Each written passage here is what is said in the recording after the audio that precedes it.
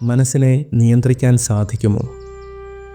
മനുഷ്യരുടെ മാനസിക ആരോഗ്യം കുറഞ്ഞുകൊണ്ടിരിക്കുന്ന ഈ കാലഘട്ടത്തിൽ ഏറ്റവും കൂടുതൽ ആളുകൾ ചോദിക്കുന്ന ഒരു ചോദ്യമാണിത്. ഈ വിഷയത്തെക്കുറിച്ച് നിർവാണ യോഗയുടെ ഉപജ്ഞാതാവായ സംപൂജ്യ ഗുരുജി ബോധിസത്വൻ മാധവാചാര്യൻ നൽകിയിട്ടുള്ള ജ്ഞാനമാണ് ഈ പോഡ്കാസ്റ്റിലൂടെ അവതരിപ്പിക്കുന്നത്. വളരെ രസകരമായ സംഭവങ്ങളിലൂടെയും കഥകളിലൂടെയും ഗുരുജി ഇത് വിവരിച്ചിരിക്കുന്നു. ഒരു വാഹനത്തിൽ 5 പേർ യാത്ര ചെയ്യുന്നു എന്ന് കരുതുക. യാത്ര ചെയ്യുമ്പോൾ ഇതിൽ ഓരോരുത്തരുടെയും ശ്രദ്ധ പതിയുന്നത്, അവർ കാണുന്നത്, കേൾക്കുന്നത് എല്ലാം വ്യത്യസ്തമായ കാര്യങ്ങളായിരിക്കും. ഇത് അവരവരുടെ താൽപ്പര്യത്തിനനുസൃതമായിട്ടായിരിക്കും സംഭവിക്കുക. ഉദാഹരണത്തിന്, ഒരാൾ കാണുന്നത് വഴിയരികിലുള്ള തുണിക്കടകളുടെ പുറത്ത് വെച്ചിരിക്കുന്ന വസ്ത്രങ്ങളാണെങ്കിൽ മറ്റൊരാൾ കാണുന്നത് വഴിയരികിലുള്ള ഭക്ഷണശാലകളായിരിക്കും. വേറൊരാൾ ശ്രദ്ധിക്കുന്നത് വഴിയോരത്ത് നടന്നു നീങ്ങുന്ന ആളുകളെയായിരിക്കും. ഇങ്ങനെ ഓരോരുത്തരും കാണുന്നത് വ്യത്യസ്ത കാര്യങ്ങളാണ്. അതായത് മനുഷ്യൻ്റെ മനസ്സ് ഇന്ദ്രിയങ്ങളിലൂടെ സദാ പുറത്താണ് സഞ്ചരിക്കുന്നത്. സാധാരണയായി നമ്മൾ കേട്ടിട്ടുള്ളത് മനസ്സ് കള്ളു കുടിച്ച കുരങ്ങനെ പോലെയാണ് എന്നാണ്. എന്നാൽ ഗുരുജി പറയാറുണ്ട്, മനസ്സിൻ്റെ അവസ്ഥ അതിനേക്കാളൊക്കെ ചഞ്ചലമാണ്. കുരങ്ങൻ കള്ളു കുടിച്ചാലും ഒരു സമയം ഒരു മരക്കൊമ്പിൽ നിന്നും മറ്റൊരു കൊമ്പിലേക്ക് ചാടുകയുള്ളൂ. എന്നാൽ മനസ്സാകുന്ന കുരങ്ങൻ ഒരേ സമയം 1000 കൊമ്പുകളിലേക്ക് ചാടിക്കൊണ്ടിരിക്കും. അങ്ങനെയുള്ള മനസ്സിനെ നിയന്ത്രിക്കുക അസാധ്യമാണ്. ഏറ്റവും ഫലപ്രദമായ മാർഗം ഇതാണ്. ഇന്ദ്രിയങ്ങളിലൂടെ സദാ പുറത്ത് സഞ്ചരിച്ചുകൊണ്ടിരിക്കുന്ന മനസ്സിനെ ശ്വാസത്തോടൊപ്പം നിർത്തി ശ്വാസത്തെ നിരീക്ഷിക്കുന്ന ജോലി കൊടുക്കുക. ഇത് ലളിതമായി മനസ്സിലാക്കാൻ ഗുരുജി ഭൂതത്തിൻ്റെ കഥ പറയാറുണ്ട്. ഭൂതത്തിന് എപ്പോഴും ജോലി കൊടുത്തുകൊണ്ടേയിരിക്കണം. അതിന് വെറുതെ ഇരിക്കാൻ സാധ്യമല്ല. ജോലി കൊടുത്തില്ലെങ്കിൽ അത് യജമാനനെ തന്നെ നശിപ്പിക്കാൻ തുടങ്ങും. ഇവിടെ മനസ്സാകുന്ന ഭൂതത്തിന് നമ്മൾ ജോലി കൊടുത്തില്ലെങ്കിൽ അത് ആ മനസ്സിരിക്കുന്ന ആളിന് തന്നെ ദോഷമുണ്ടാക്കും. അങ്ങനെയുള്ള മനസ്സിനെ, ഇന്ദ്രിയങ്ങളിലൂടെ ലോകം മുഴുവൻ വ്യാപരിക്കുന്ന മനസ്സിനെ ഇന്ദ്രിയങ്ങളുടെ സ്വാധീനത്തിൽ നിന്ന് വിടുതൽ നേടാൻ ശ്വാസത്തോടൊപ്പം നിർത്തുകയാണ് അമാസനാധ്യാനത്തിൻ്റെ ആദ്യഘട്ടം. അങ്ങനെ ശ്വാസത്തെ നിരീക്ഷിക്കുന്ന ജോലി ചെയ്യുമ്പോൾ മനസ്സാകുന്ന ആ ഭൂതം അവിടെ നിൽക്കുകയില്ല. അത് ചിന്തകളിലേക്ക് പോകും. തനിക്ക് താൽപ്പര്യമുള്ള വിഷയങ്ങളിലേക്ക് പോകും. അല്ലെങ്കിൽ തനിക്ക് വൈഷമ്യമുണ്ടാക്കിയിട്ടുള്ള വിഷയങ്ങളിലേക്ക് പോകും. വീണ്ടും ശ്വാസത്തെ നിരീക്ഷിക്കുന്ന ജോലി കൊടുക്കുക. അങ്ങനെ മനസ്സാകുന്ന ഭൂതത്തിന് ജോലി കൊടുക്കാൻ പറ്റുന്ന അമാസനാധ്യാനത്തേക്കാൾ വലിയൊരു ധ്യാനം വേറെയില്ല. അപൂർവ സമയങ്ങളിൽ ശ്വാസം ശ്രദ്ധിച്ചിരിക്കും. അല്ലാത്തപ്പോൾ ചിന്തകൾ വന്നുകൊണ്ടേയിരിക്കും.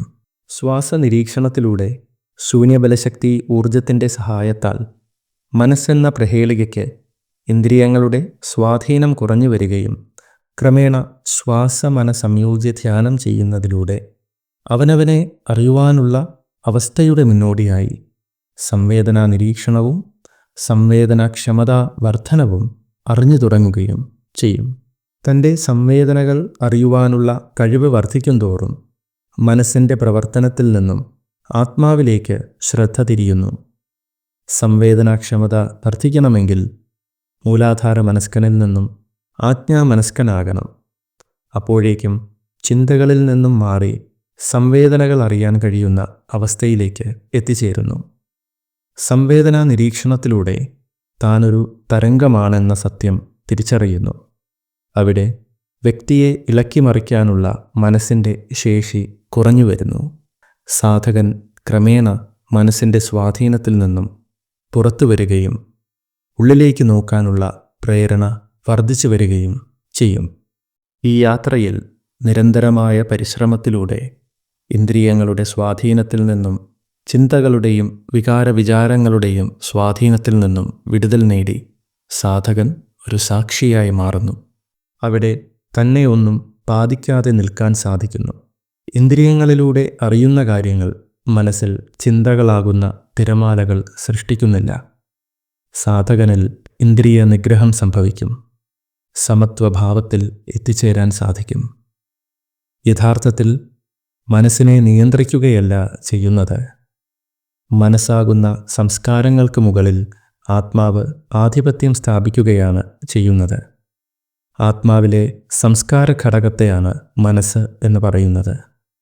ആത്മാവിൽ യോഗനാഡികളുണ്ട്, ഷഡാധാരങ്ങളുണ്ട്, കുണ്ടലിനി ശക്തികളുണ്ട്, 41 അഗ്നികളുണ്ട്, 10 പ്രാണനുകളുണ്ട്, സിദ്ധിവിശേഷങ്ങളുണ്ട്, സഹസ്രാര മേഖലയിൽ ജ്ഞാനസമ്പത്തുണ്ട്.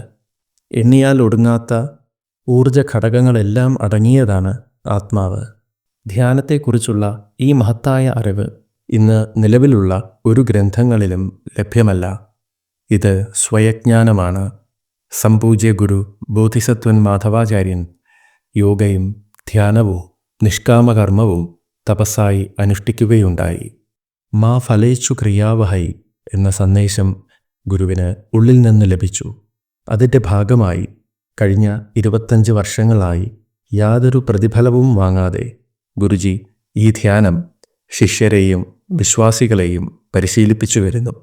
ഇത് ശരിയായ മാർഗത്തിൽ മാനവരാശിയെ നയിക്കുന്നതിനു വേണ്ടിയാണ്. ഈ നിഷ്കാമ സേവന പ്രവർത്തനത്തിൽ ഏവരുടെയും സഹകരണം അഭ്യർത്ഥിക്കുന്നു. കൂടുതൽ അറിവ് ലഭിക്കുന്നതിന് ഈ ചാനൽ സബ്സ്ക്രൈബ് ചെയ്യുക. ഈ ധ്യാനം ചെയ്യാൻ താൽപ്പര്യമുള്ളവർ തപോവനം സിദ്ധാശ്രമവുമായി ബന്ധപ്പെടുക. ബന്ധപ്പെടേണ്ട നമ്പർ ഡിസ്ക്രിപ്ഷൻ ബോക്സിൽ കൊടുത്തിട്ടുണ്ട്. ഈ വിഷയത്തിൻ്റെ തുടർച്ചയായ മറ്റൊരു വിഷയവുമായി അടുത്ത പോഡ്കാസ്റ്റിൽ വീണ്ടും കാണാം. എല്ലാവർക്കും നന്മയുണ്ടാകട്ടെ, നന്മയുണ്ടാകട്ടെ, നന്മയുണ്ടാകട്ടെ.